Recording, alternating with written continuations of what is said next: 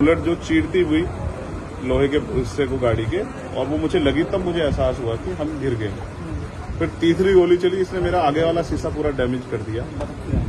चौथी गोली पे मैं नीचे हो गया, जो गोली आपने देखा कि वो सीधी उसमें लगी। अगर मैं नीचे ना होता तो वो मेरी छाती के आर पार चली जाती। फिर वो गाड़ी 10 मीटर आगे जाके रुक जाती है। वो दो हवा में फायर करते हैं जैसा मैंने देखा, और फिर उन्होंने फिर हमारी गाड़ी फायर किया। वो गाड़ी के वो फायर जो है गाड़ी के नंबर प्लेट पे लगी। मेरा यह मानना है, उनको ऐसा लगा होगा कि हमने जो काम करने आए थे वो कर दिया, अब ये मर गया शायद, जैसा पहले कई घटना में हो। फिर वो शायद सरेंडर करने के मूड में थे, लेकिन जैसे ही मनीष ने गाड़ी को मेरे कहीं से यू टर्न लिया, उनको समझ आया कि जिंदा है, तो वो वहां से भागे। हमने पुलिस को बताया कि ये गाड़ी का नंबर है, फिर उन्होंने उसको इंक्वायरी किया। पुलिस के अच्छे अधिकारी यहाँ हैं, उम्मीद है वो अच्छा काम भी करेंगे। लेकिन ये स्पष्ट हुआ कि अपराधियों में कोई डर भय नहीं। कितने लोग थे?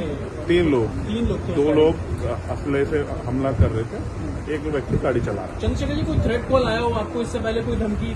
पिछले कई सालों से आ रही है। मैं लगातार पुलिस को इंटीमेट भी करता रहता। मैंने डीजीपी को भी लिखा, गृह मंत्री को भी लिखा, मुख्यमंत्री को भी लिखा, यहाँ के पहले एसएसपी डीएम थे उनको भी लिखा। लेकिन डीएम साहब जो पिछले थे अखिलेश सिंह जी, उन्होंने साफ मना कर दिया कि चीफ मिनिस्टर नहीं चाहते चंद्रशेखर को सुरक्षा दी जाए। मेरे आज भी याद है ये बात, क्योंकि मैंने एलआईयू के अधिकारियों द्वारा पूछा कि भाई मैंने आपको बताया फिर क्यों नहीं हो रहा है, तो उन्होंने कहा भाई ये सरकार का मामला, सरकार चाहे तो दे सकती। तो मैं चाहता हूं मुख्यमंत्री इंतजार कर रहे हैं कब चंद्रशेखर मरे, उनका काम आसान है। लेकिन उनको ये नहीं पता कि गरीबों की, कमजोरों की, शोषितों की बात करने वाला चंद्रशेखर इतनी आसानी से उनकी रास्ते में से नहीं है। अच्छा, अतीक अशोक का जैसा हुआ वैसे ही कुछ होने वाला था, ऐसा आपको लगता है? अब आप इसका आकलन खुद करें कि क्या हुआ और क्या हो सकता है। आपके पास एक और बात, मुझे ऐसा लगता है कल की घटना के बाद, इतने बड़े उसके बाद भी अगर मैं सुरक्षित हूँ तो हमारे संतों गुरुओं महापुरुषों का आशीर्वाद, हमारी करोड़ों बहनों माताओं का आशीर्वाद, बुजुर्गों का मेरे पास है। और मैं जो जिम्मेदारी मैं लेके मैदान में आया हूँ, बाबा साहब अम्बेडकर, मानव काशीराम साहब, सदगुरु रविदास जी का जो बेगमपुरा राज का सपना है, मानवता के राज का सपना है, संविधान को लागू कराने का है, इन वर्गों को अधिकार देने का है, जब तक वो पूरा नहीं होगा मैं कहीं जाने वाला नहीं। वो मीरकपुर में छोड़कर अपराधी भाग जाते हैं, तो उसको कुछ और बता रहे, कुछ तो कहानी को नया मोड़ देने की कोशिश हो सकता है वो चाहते थे जो गुजरों और दलित समाज में एकता बनी है वो एकता टूट जाए, ये होगा ही नहीं कभी। ठीक है, ये नहीं हो सकता। एक आतिश वाले अमेठी पंचायत आप लोग कर रहे हैं अपनी मांगों को लेकर। हमारी लीडरशिप ने ये निर्णय लिया है कि जब 24 घंटे में गिरफ्तारी नहीं हुई तो हमें अपने लोगों को भी जवाब देना है, तो इसलिए शायद उन्होंने 3 तारीख का समय रखा है। मैं उसका हिस्सा बनूंगा। अमेठी के अंदर एक फेसबुक वायरल हुई है पोस्ट जिसमें आपको मारने की वो की गई है, क्या कहीं है उसके अलावा? ठीक है, देखिए लोकतंत्र है, उनके अधिकार है, मारे या छोड़े। मैंने कहा ना, मैं पहला थोड़ा ही जो मारा जा रहा हूँ या जिसको मारने का प्रयास किया, मुझसे पहले बहुत मरे हैं, लेकिन उनको कोई जान नहीं रहा था। मुझे लोग जानते हैं तो मेरी बात आगे बढ़ती, लेकिन मैं अपने लोगों को मरने नहीं दूंगा। ये भी मैं उनको संदेश देना चाहता हूँ।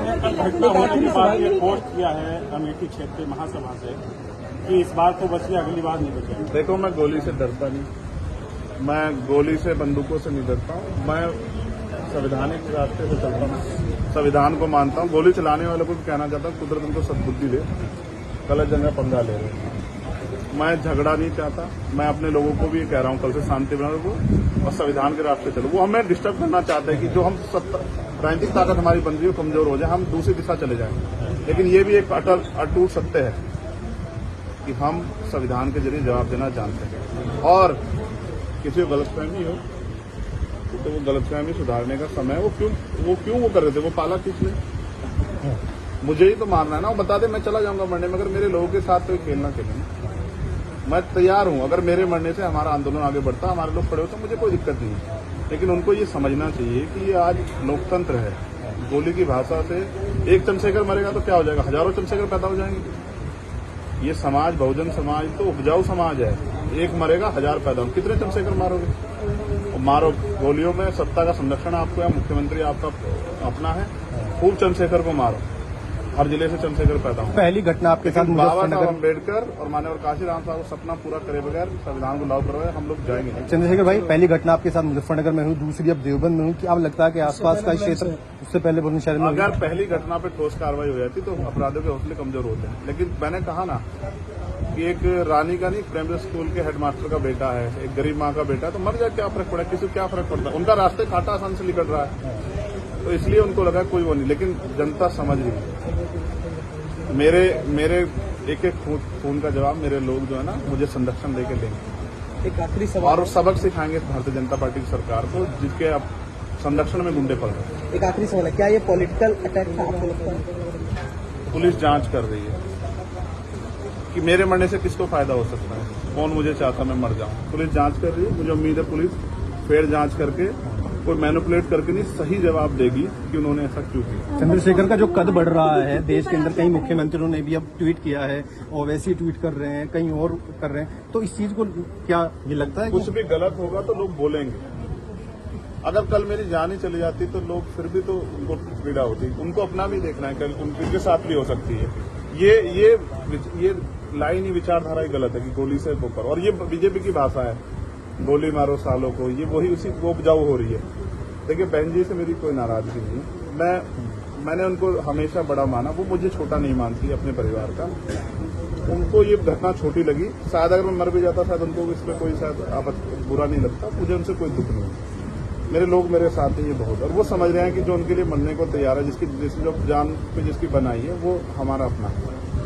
मेरे लोग मेरे साथ खड़े होंगे, मैं इस लगभग सभी दलों के लोग आपसे मिलने आए हैं, कैसा देखते हैं, क्या नहीं मैं उनका धन्यवाद भाजपा के भी विधायक आए मैं हैं। कह रहा हूँ बस सबका धन्यवाद करता हूँ, मगर ये है मैं ये प्रयास करूंगा कि भविष्य में ऐसा किसी के साथ ना, इसलिए लॉ एंड ऑर्डर की कानून व्यवस्था अच्छी होनी चाहिए, मुख्यमंत्री उस पर ध्यान देना चाहिए। बात चंद्रशेखर की नहीं है, बात इस प्रदेश में हो रही हजारों बहनों के साथ जो अस्मतें लुट रही है, हर महीने रेप हत्याएं हो रही हैं, लोगों की जान जा रही है, सब उन पर वो करता है।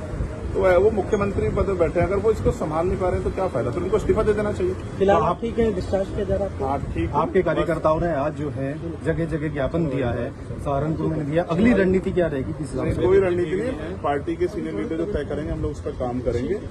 और दूसरा मेरे पीठ में जहाँ गोली लगी है वहाँ ड्रेसिंग जारी है, ठीक है, पहले से आराम है, बस एक जलन और घाव है, जख्म वो तो है ही, सांस लेने में दिक्कत थी, बीपी जो है फ्लक्चुएट हो रहा था, फ्लक्चुएट अप डाउन हो रहा था, वो ठीक है पहले से। ठीक है, चलो ठीक है।